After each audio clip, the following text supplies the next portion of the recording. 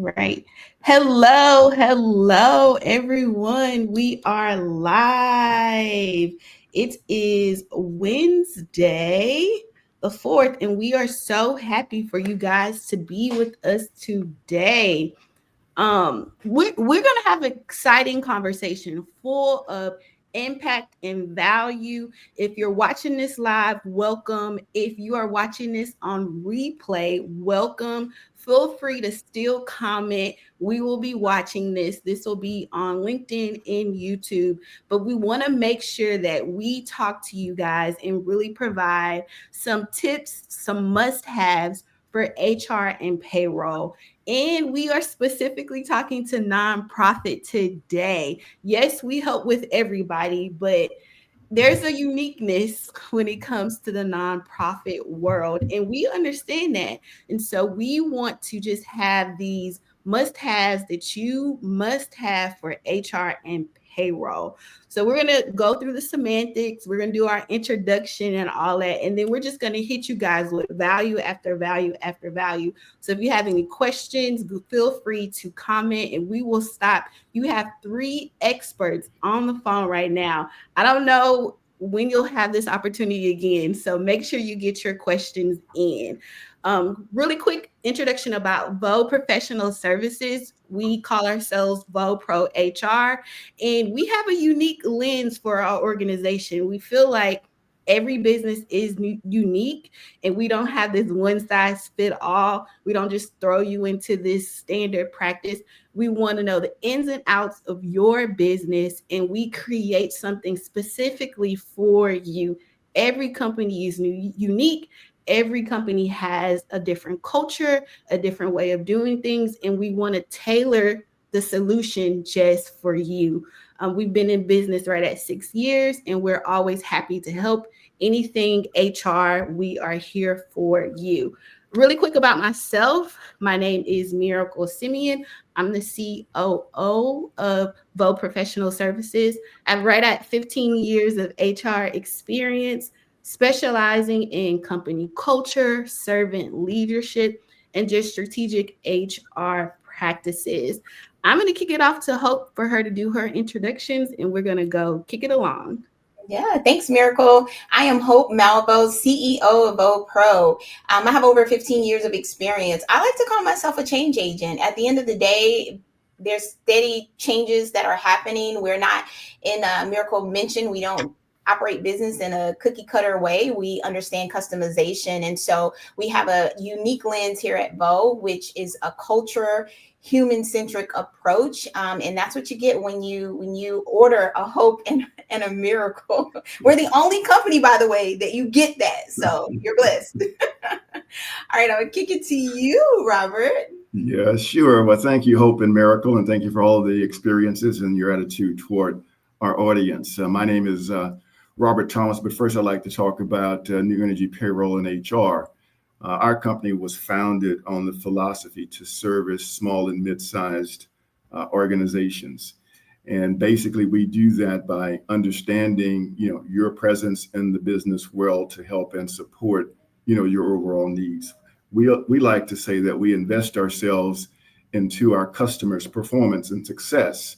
And that is the attitude that really drives everything that we do each and every day. And if I talk a little bit about myself, I am the CEO.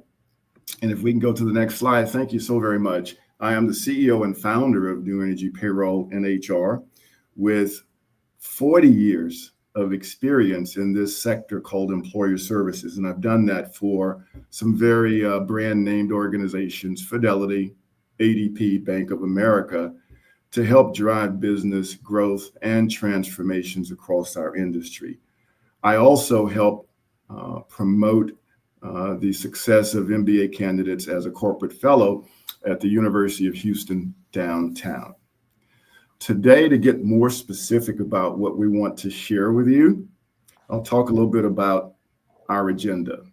We're already doing the welcomes and introductions. We'll continue on that thread really throughout this agenda. Talk about the DIY, the do-it-yourself HR, and some of the real costs associated with that. And then what actually is putting your organization's at risk. We have some remedies for you there and what good HR really looks like. And certainly, we have to talk about the three functions your payroll system must deliver on. And we have an opportunity for you to hear real stories and real results from our guest speaker that you'll hear from, just as Hope talks a little bit about, what matters. Yeah, thank you, Robert. Thank you for going over that. So, if you're on this call, if you're listening to this call, I think you probably already know why this is super important. But we're gonna really unpack it for you.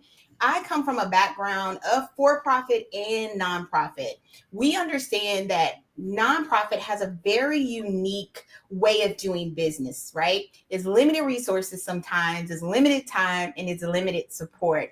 I don't want to say that that only happens with nonprofit. It happens for profit as well. But we also know that there's a mission and an impact that's tied to nonprofit. So it's super important that we understand what we need to do as leaders when we're running these organizations. So Miracle and Robert, our goal today is super simple. We want to help nonprofits with the kind of operational clarity and protection that matches the size of your mission. Take a minute. Take a minute. Let's think about this. The size of your mission, compliance, making sure that everything is working and moving together smoothly so that we take the guesswork out of it. That's really our goal here. We understand that we've worked with all kinds of nonprofits, from small 5 employees to multi-million dollar foundations. So the pattern is still the same. Leaders are overextended, under supported, and you're constantly forced between the mission and then management. So how do you get that together? How do you get that aligned? Well, the truth is it's intentional. You have to be extremely intentional. We can't wing it.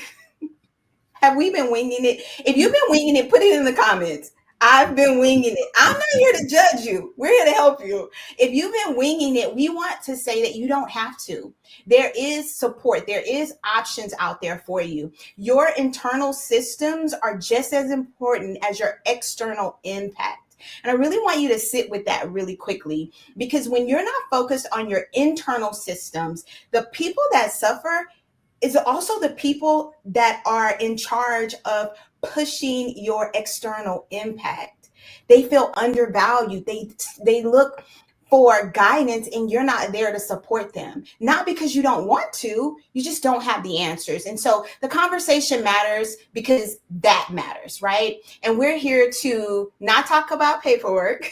We're really here to give you some tools that you can put in your invisible tool belt. I didn't tell you to put it on, but I'm going to tell you now. Put on your invisible tool belt. And as you get these aha moments, these are actual tools that you can use. I want you to deposit them into your invisible tool belt. And when situation arises, when things happen, I want you to pull that tool out. And we're here as a resource. So we're just going to jump right in. Miracle, you can take it away. All right. So let's talk about the real cost of DIY HR. And let's just be honest for a moment here. Most of you guys that is watching this, my nonprofit leaders, did not set out to manage HR. You did not want to do all the things when it comes to compliance and laws and handbooks and all of that. Yes, there's a segment of it, but you did not go to school or do all of the training to manage HR. But here we are. Here we are. And I know that you guys are probably often DIYing it and doing it from scratch. You're copying templates, you're Googling policies, and you're just trying to make the best call in a moment. I know some of you guys are going on ChatGPT and asking Chatty to tell you something. But here's the thing about ChatGPT is a great tool, but you have to have the knowledge to know that it is either telling you something incorrect or tweaking it for your situation, or knowing is this best practice? Is this going against compliance or laws? Or is this just totally different from how your organization has operated in the past? So the DIY approach does have a cost. And I'm not just talking about money. I'm talking about there's cost in time, there's cost in the trust of your team, and there's a cost in your leadership capacity. There's just so many things that you have to decide on, and you have to go research and go do all the things. So here's a few real life examples that I have seen time and time again. So a new hire starts, but onboarding is unclear. They're confused, you don't know where they are in the process. There's a delay with their background check.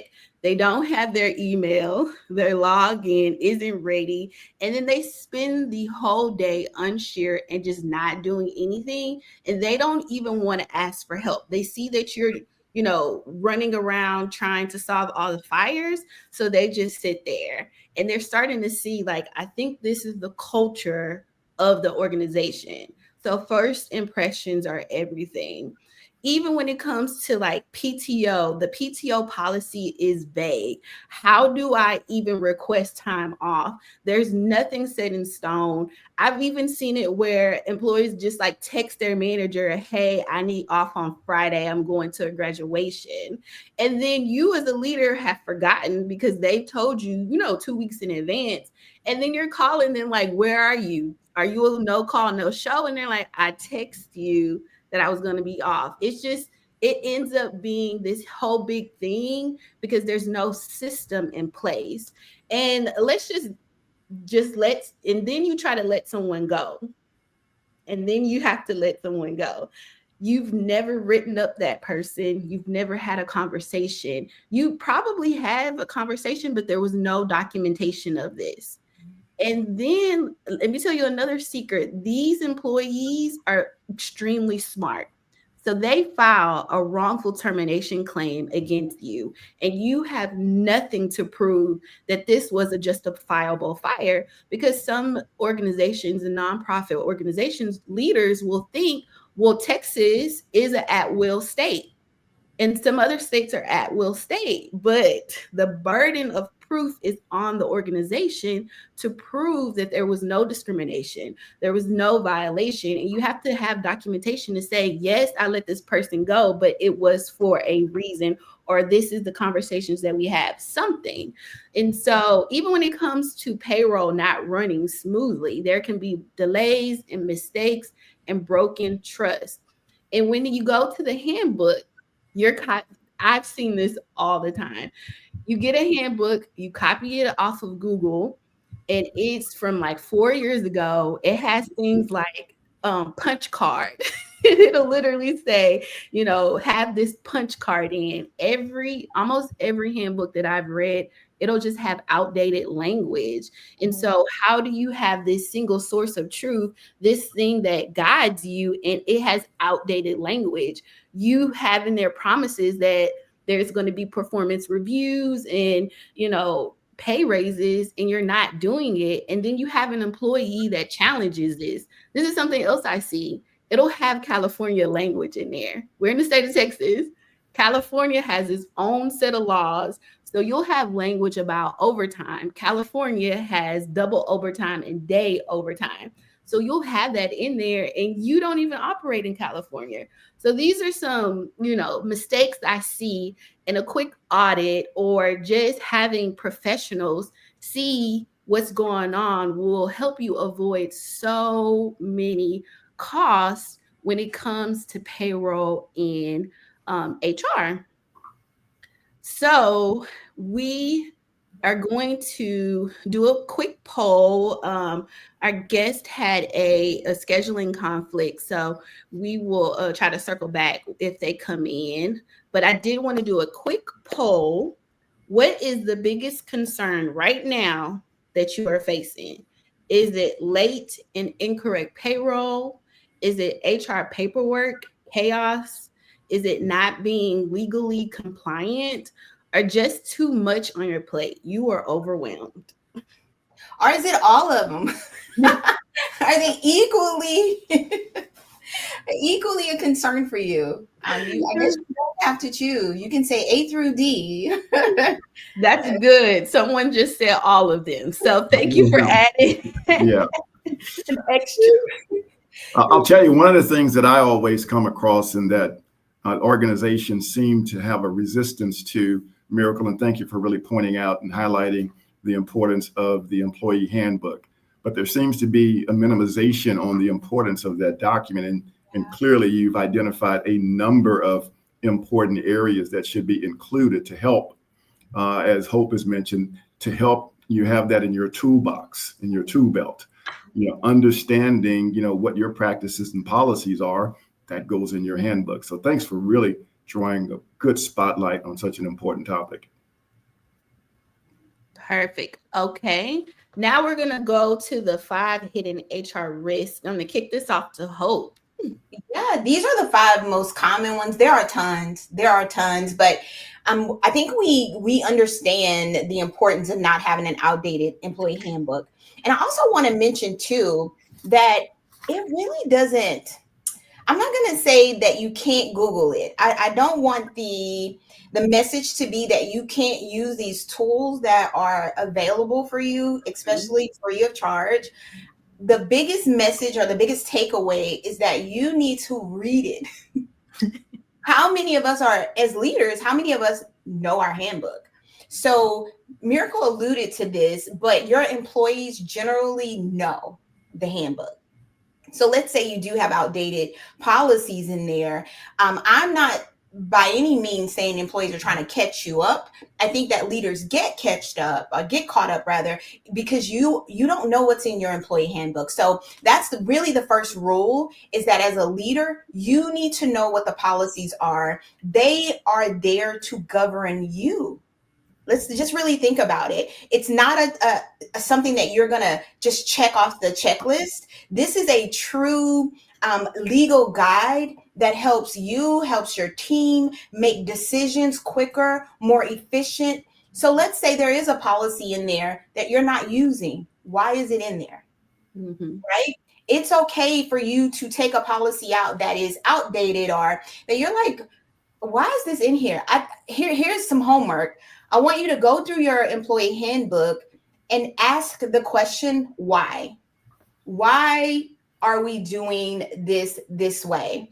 If you yourself cannot come up with a good reason, then we might want to put a feedback loop out there and say, hey guys, there's these 3 policies. I've been looking at them.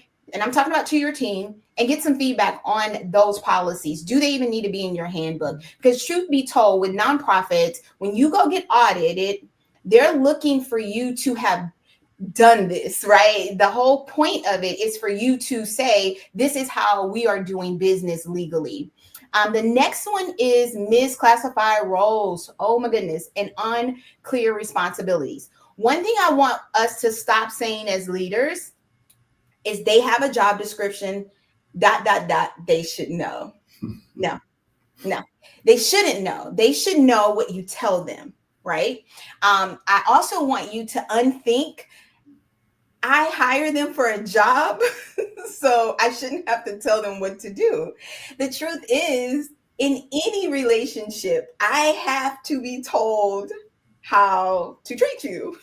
So, as a leader, when it comes to roles and responsibilities, I want you to think about your team and think about your team as we don't use the word family, but we do use the word one team centric approach. So if I want a one team centric approach, and that simply means I want everyone to work together in harmony. The word harmony means everything is working together. In order to work together in harmony, I have to have clarity. You have to have clarity. We have to understand how this dance works. And that means everyone's on your team has to know what their role is beyond their title, right? So have clear definitions. And it might start off really simple. Like, I want you guys to, part of your role, lead. Part of your role is to be, to run the team, right? And you have 3 people reporting to you. This is a scenario. You have 3 people reporting to you, and you are to lead them. That means you probably can't come in after your team, meaning your team arrives before you. If you're going to lead them, if you're going to guide them, then you probably should have a schedule, right? That where you appear first because you're the leader. So you're showing them that. Even on down to attendance, if someone is supposed to be there at 8 o'clock, I realize that they're supposed to be there at 8, and that's just common knowledge. But I am here at 8, but I'm in the coffee room getting coffee. Do you want me at my desk for 8? You got to tell me, right? That is how granular I'm saying that these roles and responsibilities have to be spelled out, because you can't put performance and all of these unspoken expectations on people that you aren't willing yourself to write down, make it plain, and make it clear. Okay. Then it's the vague or non-existing job descriptions. I kind of already got into it. The job descriptions are bare bones. It is the basic of the basics, right? When we put out a job description in HR, we're hitting, certain tasks. We're making sure that legally we have all the language, all the compliance matters in that job description. That does not outline what that person is to do, right? So when we're writing out these job descriptions, we don't want to also just grab them off of Google. We need to be looking at our culture. All of that needs to be encapsulated in that job description. We don't want a vague job description. So I've heard people say, oh, I wanted this person to do X, Y, and Z. And I say, let me see the job description. And none of that is on the job description. And I'm doing a job analysis. And I'm like, well, the top 5 things that you said is important to your organization, to this position, is not even reflected on the job description. So newsflash, job descriptions actually came from years and years ago, back in the 1900s, actually, right? And there has not been any innovation around them. They've been pretty much done the same. I am challenging you to do it differently. Don't have vague job descriptions. At least have a job description. Let's be clear. Have something. I'll take vague, okay? If you're gonna outline all of those critical tasks and areas, I'll take vague. If you have something that supports it somewhere else, but I really want you to take a step back, because the truth of the matter is, when it comes to coaching, when it comes to performance reviews and conflict resolution, it gets extremely difficult if these things are not spelled out, right? It just makes your job much easier. And I get it. You are 30,000 feet in the air, as you should be, but we have to be intentional about how we bring people into the organization. So that segues to. So Hope, yeah, go ahead. Hope, these are wonderful, concepts and priorities that should be in front of, all of the nonprofits and leaders. And I think before you go into bullet point number 5 or number 4 and number 5, I want to be sure that we get our guest speaker in, because he has a real time constraint. Absolutely. And then we can come back, because I think it's a really good segue in terms of what he might be able to say. And so if that's okay, I'd like to go ahead and get him introduced, and then we come back to these hidden risks. He's not in the backstage. He's not logged in. Okay, so let's get him logged in. So I'll finish this up, and then when he gets logged in, we'll bring him to the front of the stage. Mm-hmm. That work? Okay, perfect. So inconsistent or incomplete onboarding. Miracle already pretty much touched on this, but I want to just reiterate the importance of first impression. How do you feel when you are invited to someone's home? How do you feel when you're invited somewhere and you are just standing there? The host never really says anything to you. Mm-hmm. They're just walking around and you're like, hey, I'm here. That is how employees feel. So imagine that that's the first feeling that they have. And this only happens because it's not thought out. You don't have that week built out. You don't have that they'll sit with such and such for 30 minutes and then they'll spend some time going over the handbook and the job expectations, and then you take them to lunch, and then they may leave early, right? And then the next day they have this structure. So I just want to not really get too much into this. I hate the word onboarding. I say integrating. Oh, our guest is here. All right, perfect. So I'll segue it to you, Robert, to Okay. introduce our guest. All right. Very good. Well, welcome, Craig.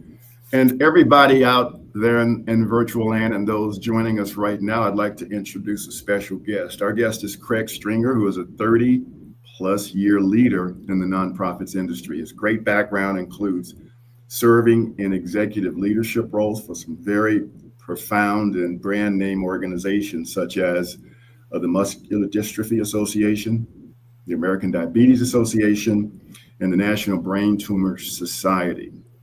Currently, Craig serves as the Vice President of Operations and Strategic Development for Myasthenia Gravis. And Myasthenia Gravis is an organization that focuses on an incurable disease and has been around since 1952. For that organization, Craig leads all areas of donor stewardship and individual givings, meaning feet on the ground, fundraising. And he also is responsible for all the field operations and corporate engagement. His areas of responsibilities is enormous. But when I met Craig about 30 years ago, he always asked me, Robert, what are you doing to give back to the community that you serve in a corporate role? And that's always, stayed with me, which has always kept me connected with Craig. And with that, I present to you Craig Stringer, who has some insightful remarks about the challenges of nonprofits. Craig? Well, thank you, Robert. I feel old and important right now, but you can see by the hairline and the color how old. I don't know how important. But thank you for that introduction. Yes, I've had a very long and storied career in nonprofit, which I value tremendously. Prior to that, I was an individual business owner in the sports management world on the East Coast, and Robert knows of that background, as well as I've brought some special guests to meet him and his son back in the old days. But over the last 12 to 13 years, I have focused on rare disease nonprofit, basically $1 to $10 million in revenue organizations. And when you focus in on these organizations, you're always looking at ROI of staff and what you're putting out in the field. You can't serve the community unless you're raising money. So that's usually the first line of defense when you're building out an organization. 5 years ago, I came to MGFA and helped to dismantle a relationship with a management company that wasn't really serving the best interest of the community, but was a necessary evil since the organization had a part-time CEO. Once the full-time CEO came in, hired me, we had worked together in the past at the National Brain Tumor Society. We started to look at ROI and what we needed to bring in-house. And obviously it is research, it's fundraising, it's Marcoms. So the complementary resources such as payroll, HR, those things needed to be outsourced, at least for the first 3 to 5 years of the organization, due to how much money we were raising. When we came in, it was a $1.8 million organization. I'm proud to say after 5 years, we just completed a $5.8 million year, and we're looking at $6.8 million this year. So outsourcing became very important as a resource to us. And you don't outsource just to outsource. You have to outsource with intention. We could have easily said, oh, well, let's just go to the big guys. They know what to do. Not in our case. When you look at the big guys, we have a CRM system that was one of the big guys. It was Blackbaud, which was not a fit for our $1.8 million organization. The contract with them was entirely too much money. It was too much of a program for the minimal staff that we had, and we needed to get out of that contract. So you have to outsource with a purpose. So I went out and started to vet and interview payroll companies. But I also said to the CEO, we don't have an HR presence, and that's important for building an organization.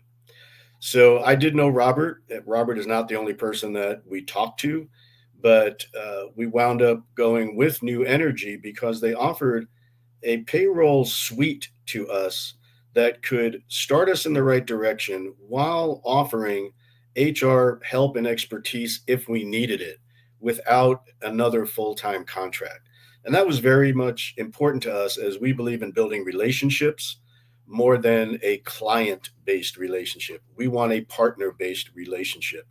And Robert convinced us that he would be a true partner with the organization in moving forward. And what I would really remind charities, as they used to be called, from 1 to 10 million, you're not a charity. You're a business that provides a charitable service. If you run your business like a charity, you're going to affect the community that you serve. To me, the only difference between a for profit company and a nonprofit organization is you have shareholders in one public entity and you have stakeholders in the other public entity. And that's an important distinction and a very important way to look at really building out your nonprofit organization as a true business entity, finding the right partners to move ahead with, not finding the businesses that give you a service and then move on. So that is of the utmost importance. And we've been with New Energy since we dismantled the relationship with the management company. I think it's been about 4 years now, if I'm not mistaken, or maybe 4.5. And we brought in a director of finance within that time. But payroll and are not his specialty. His specialty is finance. He can get payroll information to New Energy, but having him try to run payroll and try to deal with all the compliance from the different states that we deal with employees, because we are a virtually based organization, takes away too much time from what he does during the day for us running finances. So again, the ROI of outsourcing to a boutique organization and a boutique business really has paid off handsomely for MGFA as we have hit this growth spurt. We don't see the need, even as we grow right now, to bring in a full time payroll specialist. We have that in New Energy. We have just brought on a full time HR individual because that was the next step in growth. How do you keep your employees happy and healthy? And part of that is making sure they get payroll on time. And I'm happy to say in 4.5 years, we've never had a missed payroll, a late payroll. We've even had an early payroll. We have a system in place now that Robert has built in where how we distribute end of the year compensation for any type of bonus structure that we have in place. And he was a valued partner in helping build that out for us. So I don't want to take up too much time, but I do want to really, really focus in when you're looking to outsource with a purpose and outsource for a partner. Yeah, Craig, thank you so very much. And thank you for really highlighting the DIY, elements that Hope had walked us through in terms of, you started with the DIY and the management company. And then what you've done is shared, with our audience, the importance of having the right support and right expertise that you can outsource to. So I really appreciate you spotlighting some of those critical elements that Hope, has been sharing with us, all morning. It's fantastic. And thanks for your stewardship and the role that you serve in all of, as a patient advocate, for all of those that are in need and that MGFA serves. And so thank you very much for spending some time with us this morning. My pleasure, Robert and Miracle and Hope, and thank you for the time. And I hope this resonates with at least part of your audience. And Robert, if you do, have any questions, or Miracle or Hope, that come in from this and you want to reach out, please feel to reach out, and I can help anybody along on how to outsource with intention. Perfect. Thank you so much. I know Thank you're you busy, very much. so Take thank care. you. Bye-bye. Thank you, Brett. Appreciate it. Perfect. I loved his expertise and his knowledge. Since we are talking about that never miss payroll and perfect attendance, let's go ahead and talk more about payroll. I'm going to kick it off to you, Robert. Sure. And let's just go ahead and go into 3 things your payroll system should do. Okay, and I think our heading should be at least 3 things, right? And the way that Miracle, designed this for us is that we know the constraint of time. We can only talk about so much, and not necessarily encroach upon the rest of your day. But those 3 things are extremely important. And I'll start at the bottom: reduce manual work and stress. And I also combine, lowering your cost of ownership, with that one. Craig, our guest speaker, or our guest this morning, really hit on it, but there's really 3 components to that. Free your staff to focus on your mission, not on whether or not the overtime rule is being applied correctly, or whether or not this is a W-2 or a 1099 worker, or whether or not, it's a grant worker that can't be hired until the grant is funded. So let's just be sure that you can focus on your mission, and then support, remote and flexible workers. And so many of us have organizations and support organizations that have employees in multiple states. Some of us have employees and or contractors that split their time between 2 states. We don't want you having to worry about how the taxation is going to be in place to support those type of transactions. We also want to be sure that, it's affordable and it's scalable, so that you start with a cost and it only scales when you grow, not simply that it starts at one price and because inflation, you're just hit with rate increases just because of inflation. No, our focus is to ensure that your payroll system, your HR support, can scale, with your budget. And I mentioned earlier in my introduction that we invest ourselves into our clients' strategy. That's one of it. So if we know what your strategy is, we know how to continuously support and offer solutions, as you grow and as you scale. Also, what's important in reducing this manual work and stress is to empower your team. So our employee self-services, portals, help reduce that time. Hope has already talked to us about PTO, requesting time off. Well, we empower your employees to request that time off right through the portal seamlessly from anywhere in the world, any hour of the day. And that is recorded, and not just that it is requested and approved or not, but it's also a part of your payroll reporting that can affect your accruals. So that's what I would say about reduce the manual work and stress. And so as we talk about these 3 things that your payroll system should do, it's not just these 3 elements. There's a lot that we can unpack on each of these topics. And I really want to continue to link it into some of the hidden concerns that are in the HR environment, because they are real. The next is to stay legally compliant. And there are federal laws that everybody really knows to a degree, but there are also state, and yes, I must say, regulations at the city level too. So there might be some Houston specific, compliance that your payroll system must need to comply with. And so we understand what all of that is. So there's the federal law, there's the Texas law. When we say the federal and Texas laws, we're talking about wage rules, including tax requirements and labor laws affecting nonprofits. So managing grant and funding restrictions.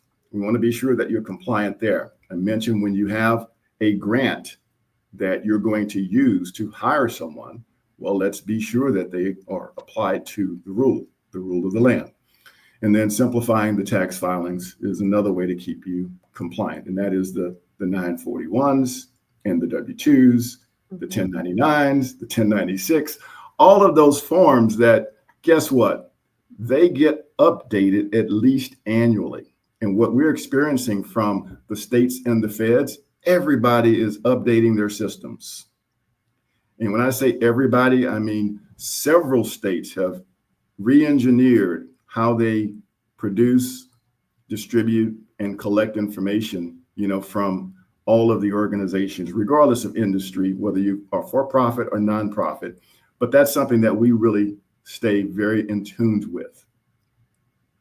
Now, ensuring accuracy and timeliness. Really, really important. There's probably nothing more emotional than your money and the money of your employees. So we need to ensure that we respect your mission by paying your team correctly, the right way, the first time and every time. So we also handle and deliver all of your payroll needs. So many nonprofits have a mix of staff, salaried staff, hourly workers, contractors. And so your system needs to be sure that it can seamlessly do that on your behalf to avoid costly delays. So timely payroll means no interruption in your programs caused by frustrated employees or disrupted financial planning. So we wanted to call out just these few items, and there are many, many more that we take care of you either on the HR side or the payroll side. But at a minimum, these are some of the things that your payroll system absolutely should do. And with that, Miracle, I'll pass it back to you. Thank you so much, knowledge. So many forms, 1099, 1010. Make sure you guys are up to date on all the forms. Now that is a real cost connected to payroll side when it comes to not doing what you need to do. This is our question and answer segment of the webinar, and we already had a question that came in. I thought it was such a good question. It is for Hope. She mentioned, and they was able to catch this. She said that she does not like to use the word family. She likes to use the word one team. And so we had a question come out, and they wanted to know why they not to use the word family. Oh, well, we just don't hold our family accountable. Right? I'm not telling on my sister, okay? Maybe you will, but I won't tell on my sister. No, we want to make sure that we understand that in an organization, in a team, that people are held accountable for what they should produce. When we say family, sometimes it gets blurred. We start to cover, we start to possibly not always be forthright in what needs to be said to the leader. So that's why we try to stay away from the word family, not because we don't want you to have a connection. We do want you to have a connection. We want you to work in harmony, but we want you to do it in a one team environment where accountability is key. That's why. Thanks. Thank you. That was really good. I thought that was a good question. Okay, so we do not have any more questions, but of course we will be watching this real time. If you want to post a comment, we will answer them. So feel free, if this is on replay, to actually ask us a question. You have 3 experts here and utilize this. We have something for you guys. I'm so excited, and I'll let Hope explain a little bit about this. We have a free gift. Okay, so we do have a checklist for you.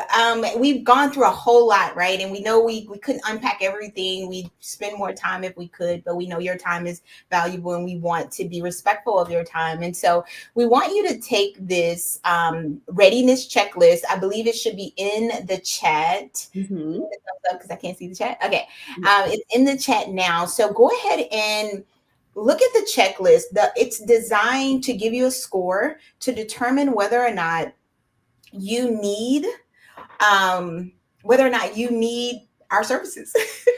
And even if you don't feel like you need our services, we are actually giving free consultation. So we'd be more than happy to speak with you just to kind of unpack some things. We're doing free 30-minute consultation. So that is also, you'll see that once you click on that link and get that checklist, you can download it. You're going to have to enter your information. And so we'll be more than happy to speak with you so we can kind of go from there. But thank you so much. We'll kick it over to Robert. Yeah, very, very good. Yeah, thank you so very much, Hope, for that and the free gift. It's extremely valuable. I think one other thing we'd like to add is the key nonprofit sectors that are in Houston, and there is a range of them: health and human services, education, religion, arts and culture. Yeah, that's right, folks. Arts and culture, youth development, housing and shelter, environmental and animal welfare, civil rights advocacy, community development, philanthropy, and foundations. And so within the Houston market alone, we know that there are over 10,000 nonprofits that we are willing to help and support. And so with that, you can always contact us. The contact information is on your screen. But you've heard Hope and you've heard Miracle speak. You see how energetic they are and how giving they are. They're ready to receive your call for that free consultation. Let's get you scheduled and move forward. So thank you guys for attending. And Miracle, I'll send it back to you. All right. Just to reiterate that checklist, it is vopro.com/HR-payroll-readiness-checklist. I did show you guys what that looks like. So it is also in the link is in the comments. But thank you guys for spending. I saw Deborah and Kevin. He said great presentation. I really love, the three of us really love giving you guys value and impact, and we want to see you guys do it better. We don't want to see burnout. We understand that you are extremely connected to the mission and what you do, but just like our guest said, Craig said, get those experts, outsource some things, and you'll really start to see a change. Your employees will see the clarity that Hope talked about. They want to get paid on time, so we need to make sure that happens, and really making sure that you partner with somebody that is going to give you the solution that you need. Sometimes these bigger companies aren't the best solution. And so we just wanted to have this educational segment and make sure we give you guys something that you can take away with. But until next time, thank you guys for joining, and you have a great rest of your day. Bye. Thank you, guys. Thanks, everybody. Bye. Bye-bye.